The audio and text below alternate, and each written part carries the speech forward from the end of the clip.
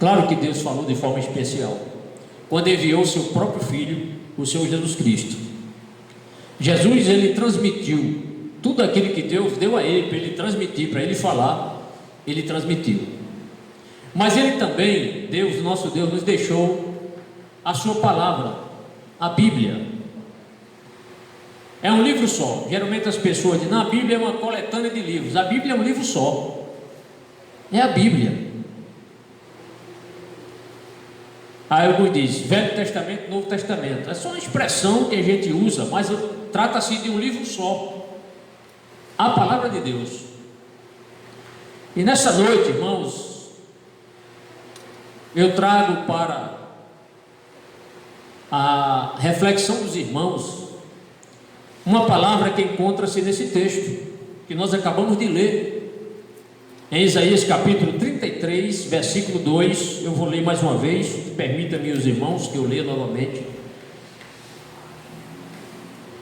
onde o profeta Isaías ele diz: Senhor, tem misericórdia de nós, por ti temos esperado, sê tu o nosso braço cada manhã, como também a nossa salvação em tempos de tribulação.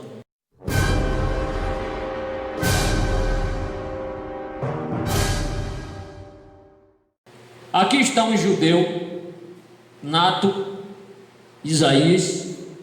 Nesse contexto aqui, irmãos, havia ameaça da Assíria. A Assíria naquela época era como se fosse os Estados Unidos hoje, uma nação belicamente forte, um exército forte, os soberanos, homens cruéis, os comandantes de exércitos cruéis também, os generais. Então era uma nação muito temível pelas outras nações. Se os irmãos continuarem a ler o capítulo 34, especialmente o capítulo 36 de Isaías, verão que Senaqueribe, rei da Síria, ele tentou cercar Jerusalém para destruir, na época do rei Ezequias. Mas Deus tinha um profeta em Judá, e este homem foi o profeta Isaías. Nesse contexto aqui, a nação de Israel, as 10 tribos já tinham sido levadas para o cativeiro. E agora, a Assíria estava tentando levar Judá também para o cativeiro. Os irmãos sabem que as 10 tribos do norte foram levadas para o cativeiro na Síria, no ano 722 AC, antes de Cristo. Mas a nação chamada Judá, que não era só a tribo de Judá, também a tribo de Benjamim, que ficaram ao sul, naquela ocasião Deus não permitiu ainda que eles fossem levados, mas também estavam em desobediência. E outra coisa interessante aqui, para eu dizer para os irmãos, é que as 10 tribos do norte só foram levadas para o cativeiro na Síria, porque as nações, ou essas tribos e o seu rei, aliás, todos os reis, praticamente, todos os reis que reinaram sobre as 10 tribos, o reino do norte, cuja capital era Samaria, foram idólatras. E Deus já tinha avisado na lei que se os israelitas servissem ou seguissem a outro Deus e não ao Deus de Israel, Deus enviaria inimigos para levá-los para uma terra estranha e fazer deles escravos, iriam humilhá-los, e isso aconteceu. Mas as 2 tribos do sul, a tribo de Judá e a tribo de Benjamim, ainda permaneceram lá em Israel, só foram levados depois, no cativeiro babilônico, no ano 606, depois no ano 597 e no ano 586 a.C. Foram 3 deportações para a Babilônia. Nesse contexto aqui, no capítulo 33, o profeta está rogando a Deus, para Deus ter misericórdia da nação. Quando ele diz tem misericórdia de nós, ele está se incluindo também. Aí você diz, pastor, mas isso foi passado. O que é que tem a ver esta palavra conosco? Tudo bem, essa palavra foi naquele contexto, naquela situação, na iminência também de Judá ser invadida pela Síria e ser levado para o cativeiro também. Mas o profeta, ele se refugia no Senhor, porque ele não confiava no poderoso, ou no não tão poderoso exército de Judá, mas ele sabia que o Senhor poderia livrar o seu povo da opressão da Síria. E eu, propositadamente, hoje, senti de trazer essa palavra nesse texto, porque acredito eu que tem tudo a ver conosco. Porque se não fosse, irmão, se não fosse misericórdia do Senhor sobre nós, ai de nós, as misericórdias. Deus é misericordioso com todos. Você quer ver como Deus é misericordioso? A palavra do Senhor diz: alma que pecar, esta morrerá. Deus poderia fulminar o pecador instantaneamente. Se um homem cometesse um assassinato, homicídio, se um homem roubar ou roubasse, quando ele terminasse de roubar, Deus poderia tirar a vida dele. Quando o homem adultera, quando o homem se prostitui, ou a mulher, qualquer tipo de pecado, Deus poderia fulminá-lo na hora. Deus tem esse direito. Mas por que ele não faz isso? Por causa das suas misericórdias. Deus é longânimo, irmãos. É como se dissesse assim: Deus tem um pavio longo. Às vezes nós temos um pavio curto. Às vezes queremos explodir, dizer umas asneiras por aí, dizer umas coisas que não agrada a Deus. Queremos agir de forma intempestuosa. Queremos agir de acordo com o nosso braço, porque às vezes o nosso pavio é curto, mas o pavio de Deus, me permitam essa expressão, é longa. A longanimidade de Deus é longânimo e rico em misericórdia. Vocês acreditam nisso? E o profeta começa: tem misericórdia de nós. Eu dividi esse texto aqui, este versículo, em 4 partes. Primeiro ponto: tem misericórdia de nós.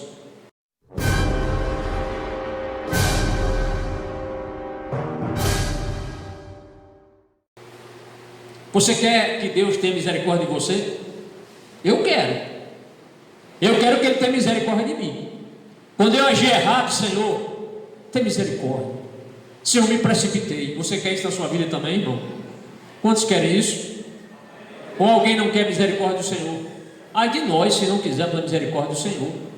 Se Deus for nos tratar conforme nós merecemos, irmão, será que estaremos aqui hoje? Será que fizemos todas as coisas certas hoje?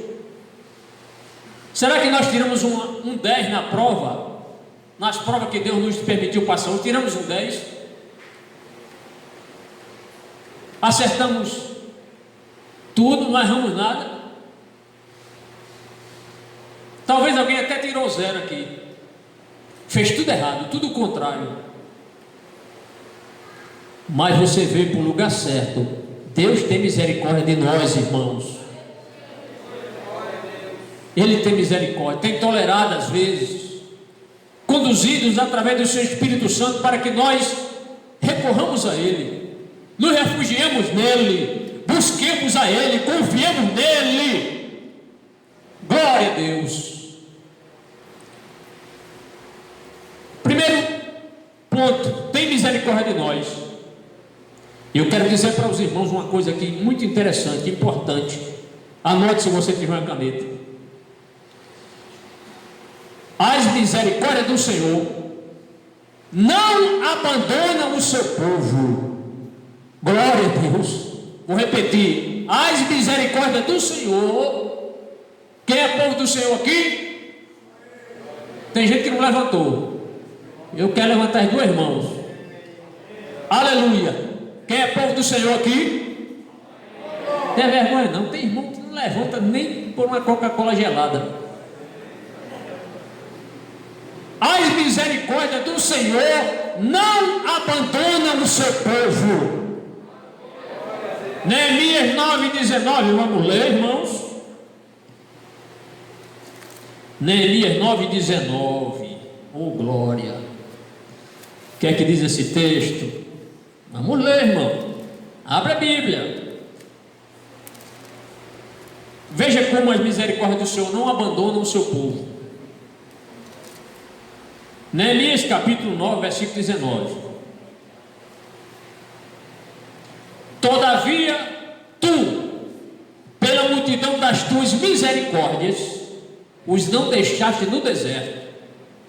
A coluna de nuvem nunca deles se apartou de dia, para os guiar pelo caminho, nem a coluna de fogo de noite, para os alumiar e mostrar o caminho por onde haviam de ir.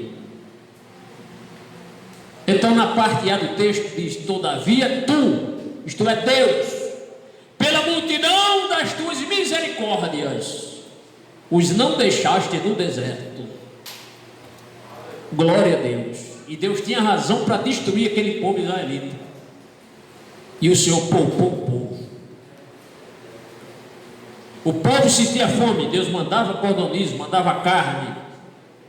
O povo sentia sede, rocha brotava água. O povo no calor, aquele sol no deserto, só pedra ali, o sol causticante, Deus mandava uma coluna, uma nuvem, para cobrir o povo. Você já imaginou isso, irmão? Já pensou? Tem dia que a gente passa o dia nublado, né? Nublado, você olha assim, hoje, que benção, né? Nublado, hoje não tem aquele sol. Deus mandava uma nuvem sobre o acampamento de Israel, e o povo ali, irmão, não sentia calor. E de noite, frio. Os irmãos sabem que no deserto é frio. Deus mandava uma coluna de fogo para deixar a temperatura ali agradável para todos, ninguém morria de frio. Então as misericórdias do Senhor não abandonam o seu povo. E nós, salvos em Cristo, Jesus também não nos abandona, irmãos. Ele diz: eis que estou convosco todos os dias. A igreja precisa acordar e ver que as misericórdias do Senhor são para nós também, irmãos. Glória a Deus. Glórias ao nome do Senhor. Tem tanta gente aí que de repente está andando na rua, dá um treco assim, coração fecha, morre, apagou-se. E quantas vezes a gente tem feito coisa errada? E Deus não nos fulmina, porque Ele quer que nós nos arrependamos, peçamos perdão ao Senhor, irmãos. O crente, quando ele é insensível à voz do Espírito Santo, ele faz algo errado, o Espírito Santo mostra que ele errou, mas parece que ele não está nem aí, não chora mais, não se quebranta. Mas o crente fiel não significa que seja um crente perfeito, não. Um crente fiel é um crente que quando erra, ele reconhece que erra. O crente fiel, ele sabe que ele é imperfeito. Um crente fiel, ele sabe que depende das misericórdias e da graça do Senhor Jesus. O crente fiel sabe que se o Espírito Santo não estiver na vida dele, ele não é nada. Mas o crente fiel, quando ele peca, quando ele erra, ele busca refúgio em Deus, pedindo a Deus misericórdia. Senhor, não me fulmine, Senhor. Como diz Davi: Senhor, renova em mim o espírito, Não tires o teu Espírito Santo de mim. Então o crente fiel, ele erra também, mas ele se quebranta, pede perdão. Bendito seja o nome do Senhor. Segundo, irmãos, as misericórdias do Senhor são para aqueles que o amam. Você sabia que Deus, tudo bem, Deus ele é misericordioso com todo mundo. Quer ver como Deus é misericordioso? Digamos um homem mau, um homem ímpio, tem uma fazenda, aí ele planta, mas ele é um homem mau, coração fechado para Deus, coração duro, coração de pedra, não se quebranta, não reconhece a misericórdia de Deus. Aí ele vai e planta, aí Deus manda o quê? Manda chuva para irrigar a plantação, manda o sol, porque sem o sol as plantas, como é que vai acontecer a tal fotossíntese que as plantas necessitam? Se Deus fosse justo, diz, não vai chover lá no seu roçado da sua fazenda, não, você é ímpio, você é mau, só nos bons, só na horta do bom é que eu vou mandar chuva. Deus não faz assim. Talvez se nós tivéssemos esse poder que Deus tem, a gente fizesse isso. Não, eu vou abençoar meus amigos, vou mandar chuva para quem me ama. Deus ele é longânimo, Deus é misericordioso até com o ímpio, mas a palavra do Senhor nos mostra que as misericórdias do Senhor são para aqueles que o amam. E aí a gente precisa ler o texto com bastante atenção. Pastor, o Senhor disse que Deus ele ama também o ímpio. Claro, Deus ama o ímpio, o pecador. Deus não ama as atitudes do ímpio, mas Deus ama todos os seres humanos, sim ou não? Porque Deus amou o mundo de tal maneira, está incluído o ser humano, está incluído. Abramos a palavra do Senhor no segundo livro da Bíblia. Como é o nome? Êxodo, capítulo 20, versículo 6.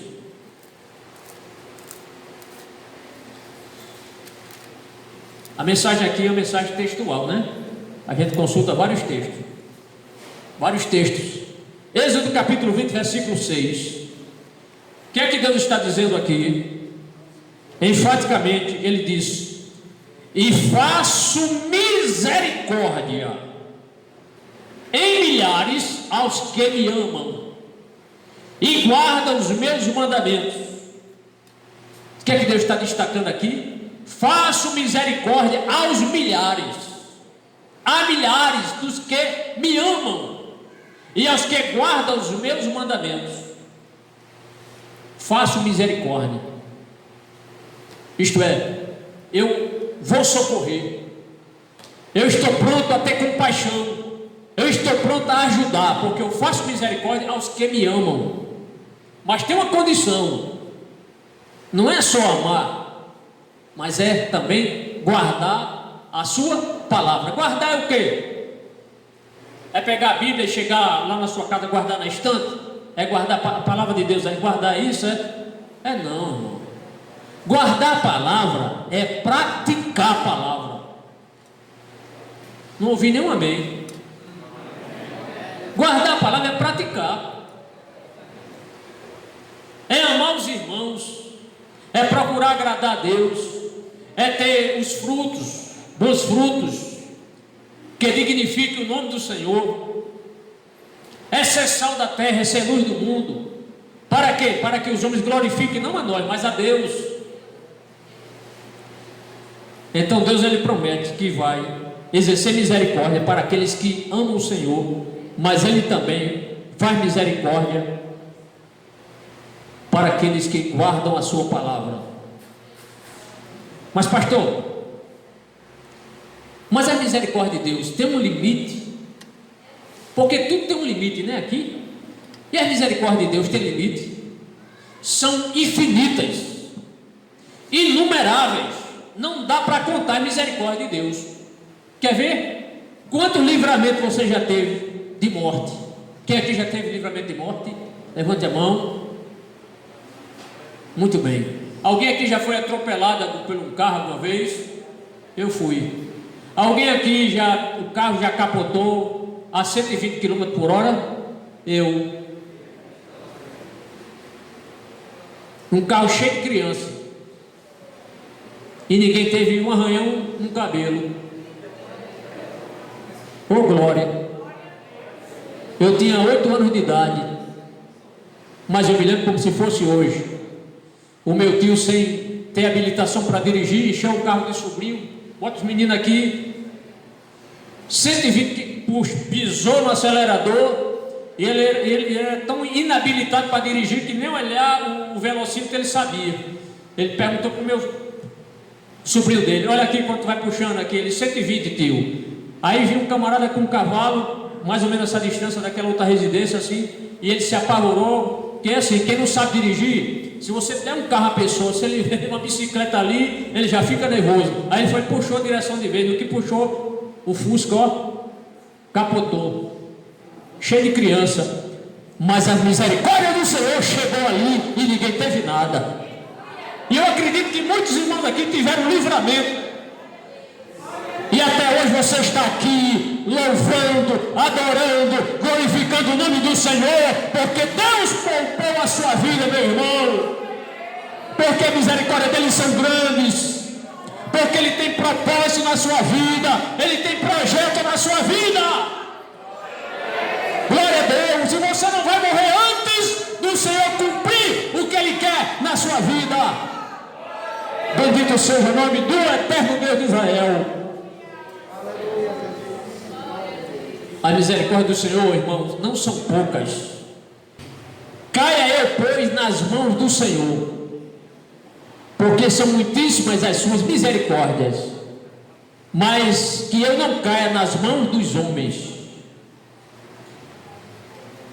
Caia eu, pois, nas mãos do Senhor, porque são muitíssimas as suas misericórdias, mas que eu não caia nas mãos dos homens. Mais à frente, a misericórdia do Senhor forma uma cerca ao redor daqueles que nele confiam. Salmo 32, verso 10. Abra aí. Salmo 32, verso 10.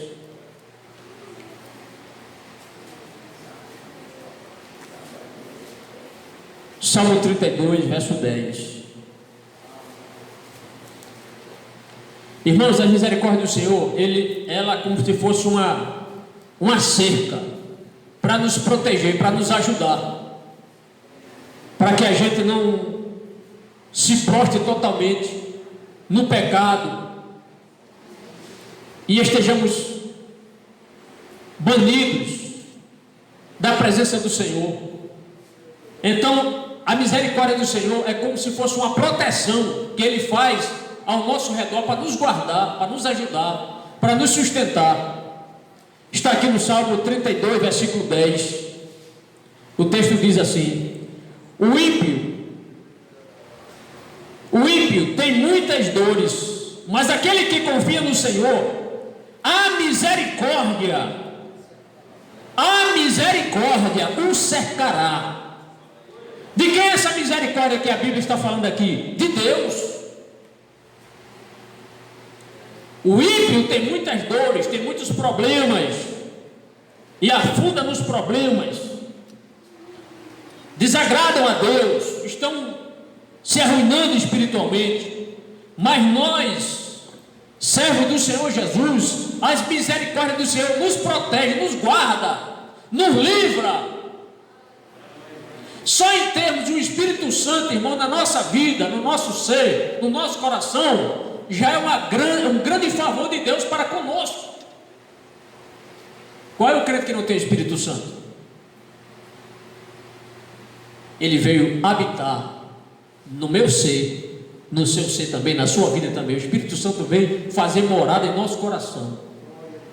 Mas infelizmente, mas pastor, como é que a pessoa tem o Espírito Santo e ainda faz coisa errada? É simples. É porque ainda nós temos a natureza humana. O Espírito Santo, ele tem a natureza divina. Mas nós temos ainda a natureza humana. E é por isso que às vezes a gente comete falhas, comete um pecado, desagrada a Deus. Por quê? Porque nós queremos que o nosso eu, o homem interior, prevaleça, e não o Espírito Santo. Você faz uma coisa errada com o crente, digamos que você entristeceu um irmão, pode acontecer, você entristeceu, mas não foi o Espírito Santo que entristeceu o irmão, mesmo ele estando em você, foi a sua natureza humana. Mas o Espírito Santo que está dentro de nós diz: vá lá, peça perdão, reconcilie-se com ele, humilhe-se. Aí se a gente parar, aí você diz assim: homem carnal, fique quieto, deixa o Espírito Santo falar comigo. Aí o Espírito Santo está certo, o Espírito Santo, vou fazer isso. Aí você vai e faz. Quando você faz, é porque você deu lugar ao Espírito Santo de Deus. E quando a gente dá lugar ao Espírito Santo de Deus, quem sai vencendo? Nós, os crentes, Jesus, o nome dele é glorificado, não é verdade?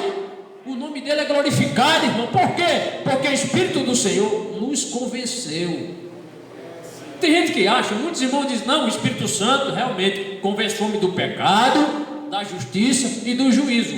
E a gente acha que isso é só o homem natural, é só o homem do mundo. O Espírito Santo também nos convence do pecado que eu cometo, que você comete, da justiça. Por quê? Porque se eu não pedir perdão, eu posso, depois Deus pode me condenar, me castigar e até mesmo perder a minha salvação. Olha o juízo aí, do pecado, da justiça e do juízo final. Eu ser condenado se eu não me arrepender. Então todo crente tem o Espírito Santo na vida, e isso não interfere na nossa vida, nas nossas decisões, porque Deus nos deu algo chamado, que a gente chama de livre arbítrio.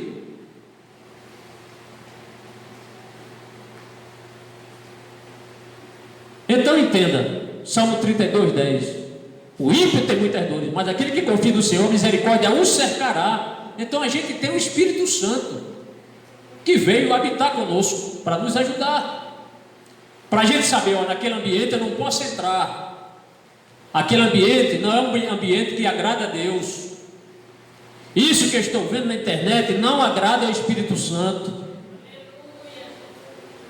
essa novela que eu estou assistindo não agrada a minha alma, meu espírito. Porque não, mas é uma história tão interessante, é um romance, eu quero ver, eu vou assistir até o último capítulo, porque eu quero ver se Mariazinha vai casar com o Joãozinho, né? Se vai dar. Aí começa a assistir um capítulo, aí vai o outro, aí daqui a pouco está perdendo os cultos. Não posso perder a minha novela. Mas é culto de doutrina, é culto de adoração, é culto de oração e testemunho. Não, mas a minha novela é mais importante. Eu pergunto: será que o Espírito Santo de Deus está dominando a vida dessa pessoa? Ou é a vida carnal que está reinando? Quem é que está reinando aí, nessa vida aí? A pessoa não vem mais nem para a igreja. Não, mas hoje, irmão, eu não vou para um culto lá na casa do irmão, não, porque dia de quarta-feira é dia de jogo, e o meu time joga hoje. Você sabia que tem crente que faz isso? Não posso ir para aquela reunião hoje na igreja, não, porque hoje o meu time joga. Eu pergunto: o Espírito Santo de Deus tem time? Não tem, irmão. Torce para algum time? Não, irmão. O Espírito Santo está trabalhando para que você seja um homem e uma mulher de Deus, uma pessoa usada por Deus, um homem cheio do Espírito Santo de Deus, cheio da graça de Deus. Mas quando nós deixamos que o nosso velho homem reine, Quem sai ganhando? As trevas. Satanás, está vendo? Ó, eu sou mais importante na vida dele. Ele não vai para o culto para assistir novela, não vai para o culto para ficar assistindo, ir lá para o shopping e assistir o filme. Mas a misericórdia do Senhor, já falei aqui para os irmãos, ela é como uma cerca, nos guardando. E a gente sabe que quando nós ligamos nossos celulares e entramos em lugares que desagradam a Deus, o Espírito Santo nos alerta. Isso não agrada a Deus. Isso não vai lhe fazer bem. Não é verdade, irmão? Hein? Todo mundo aqui tem um celular, não tem? Todo mundo tem hoje. Praticamente 99% dos irmãos tem. Use seu celular para a glória de Deus. Compartilhe. Tem irmãos que queremos um grupo, tem irmãos que botam bom dia, paz do Senhor, colocam os versículos, não é? A gente compartilha, bota um estudo bíblico. Mas hoje, infelizmente, tem muito crente assim que gosta mais de, me permita a expressão, irmão, fofoca na internet. As pessoas hoje estão mais preocupadas com o que vai acontecer com a flor de lis do que com a sua própria alma. Enche a sua alma do conhecimento de Deus, irmão, da palavra de Deus. A internet é uma bênção? Pode ser, se saber usar, mas pode ser uma maldição se você estiver usando ela para o mal, ou deixando que o mal reine no seu ser. E por último, ainda nesse primeiro ponto, não vai dar para terminar hoje, as misericórdias do Senhor são eternas. O que é isso, pastor? Não se acabam. Não se acabam, são perenes. Sabe aquele rio perene, nunca se acaba, sempre tem água? A misericórdia do Senhor é mais do que isso. As misericórdias do Senhor são eternas. Lamentações 22, Isaías, Jeremias, né? Vamos lá para o Antigo Testamento, né, irmão? Isaías, Jeremias, aí Lamentações, né? Lamentações de quem? Jeremias 3:22 diz assim: as misericórdias do Senhor são a causa de não sermos consumidos, porque as suas misericórdias não têm fim. Não tem fim a misericórdia do Senhor. O povo diz que tem começo, tem fim. A misericórdia do Senhor não tem fim. Deus será sempre misericordioso. Agora a gente não pode abusar da liberdade que nós temos em Cristo para praticar o que a gente quer, e depois a gente vai, Senhor, tu és poderoso, me perdoe. A gente não deve premeditar o pecado. E às vezes a gente comete um pecado e às vezes nem percebemos que cometemos. Exemplo, Davi cometeu aquele pecado terrível, um duplo pecado. E sabe qual foi o pecado que mais desagradou a Deus? Não foi nem o adultério. Foi também. Mas pior do que adultério foi o assassinato de um soldado inocente. Irmãos, já pensaram nisso? Davi adulterou. Mas não foi só esse pecado. Ele articulou, tramou, irmão, a morte de um soldado fiel. Fez uma carta, e o próprio soldado levou a carta para o seu comandante. E quando ele está levando a carta, ele está levando a sentença de morte dele. Veja que crueldade. Cometeu o pecado, não se tocou. Aí Deus mandou um profeta na casa dele, lá no palácio. Quem foi o profeta? Aqui tem um jovem com o nome dele, Natan. Natan agora vai sorrir bastante. O pastor vai falando meu nome. Profeta Natan, irmão.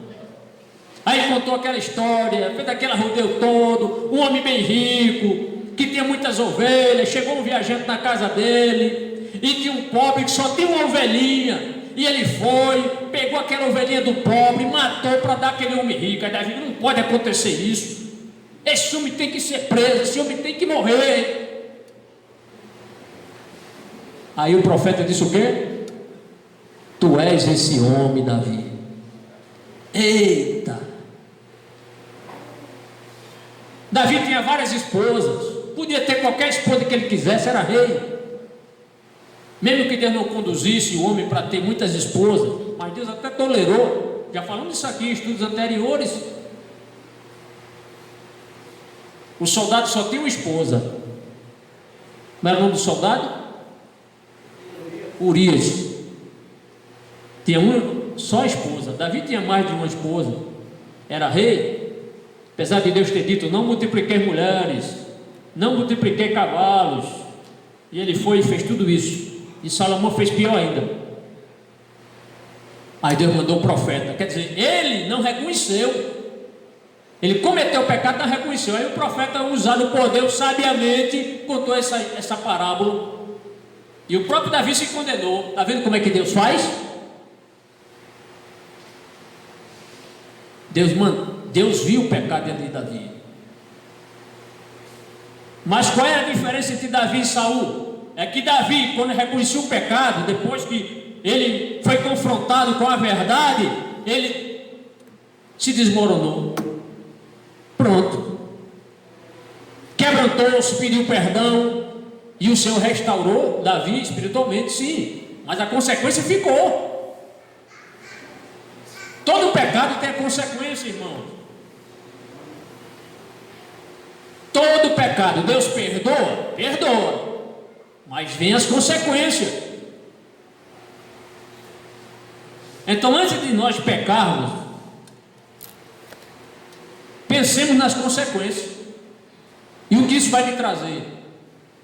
Quer dizer, a partir dali, daquele pecado de Davi, a sua família foi tragédia sobre tragédia. Tragédia sobre tragédia. Filho, irmão brigando com irmão, matando irmão, irmão cometendo incesto com a irmã, né? Toda aquela luta ali, né? O filho se rebelou contra o próprio pai. Então Deus perdoou Davi, perdoou, mas a consequência: o homem adultera, engravida uma mulher que não é uma esposa dele, aquele filho vai nascer. Olha a consequência. Deus perdoou, perdoou, mas olha a mancha, olha a marca, olha a ferida, não é? Então a gente tem que ser pessoas sábias. Não vale a pena pecar.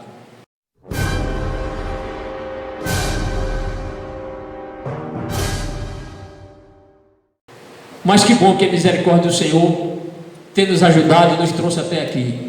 Fiquemos com essa palavra, amados irmãos, que o Senhor nos ajude, nos abençoe, tenha misericórdia de nós e nos faça mais crentes. Se Deus assim nos permitir, vamos continuar na próxima quinta-feira, no segundo ponto da mensagem: por ti temos esperado. Falamos hoje, tem misericórdia de nós, a segunda parte: por ti temos esperado, e veremos aqui coisas maravilhosas que o Senhor tem para nós. Fiquemos em pé, vamos orar nesta noite, pedir a Deus fortalecimento espiritual, para que sempre continuemos dependendo das misericórdias do Senhor, mas procurando agradar a Deus, né? A gente sabe que Deus é longânimo, misericordioso, mas o que é que a gente tem que fazer? É procurar obedecê-lo, né? Procurar obedecê-lo. O pai gosta do filho que lhe obedece? Hein, irmão?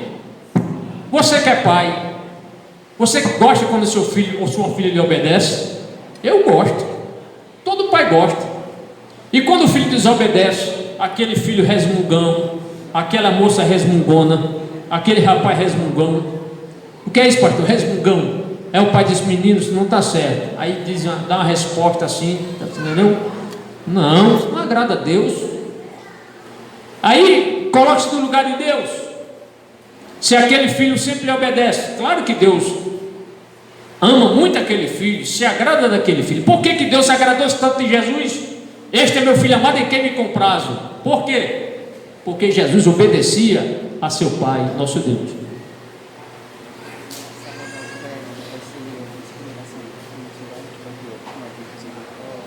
Tá.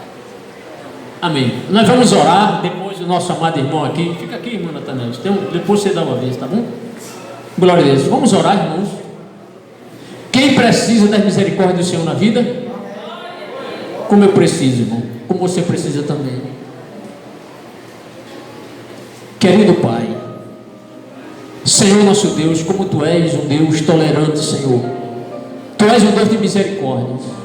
Também Tu és um Deus de justiça, Senhor, que aplica punição àquele que comete pecado, Senhor, e não volta-se para Ti.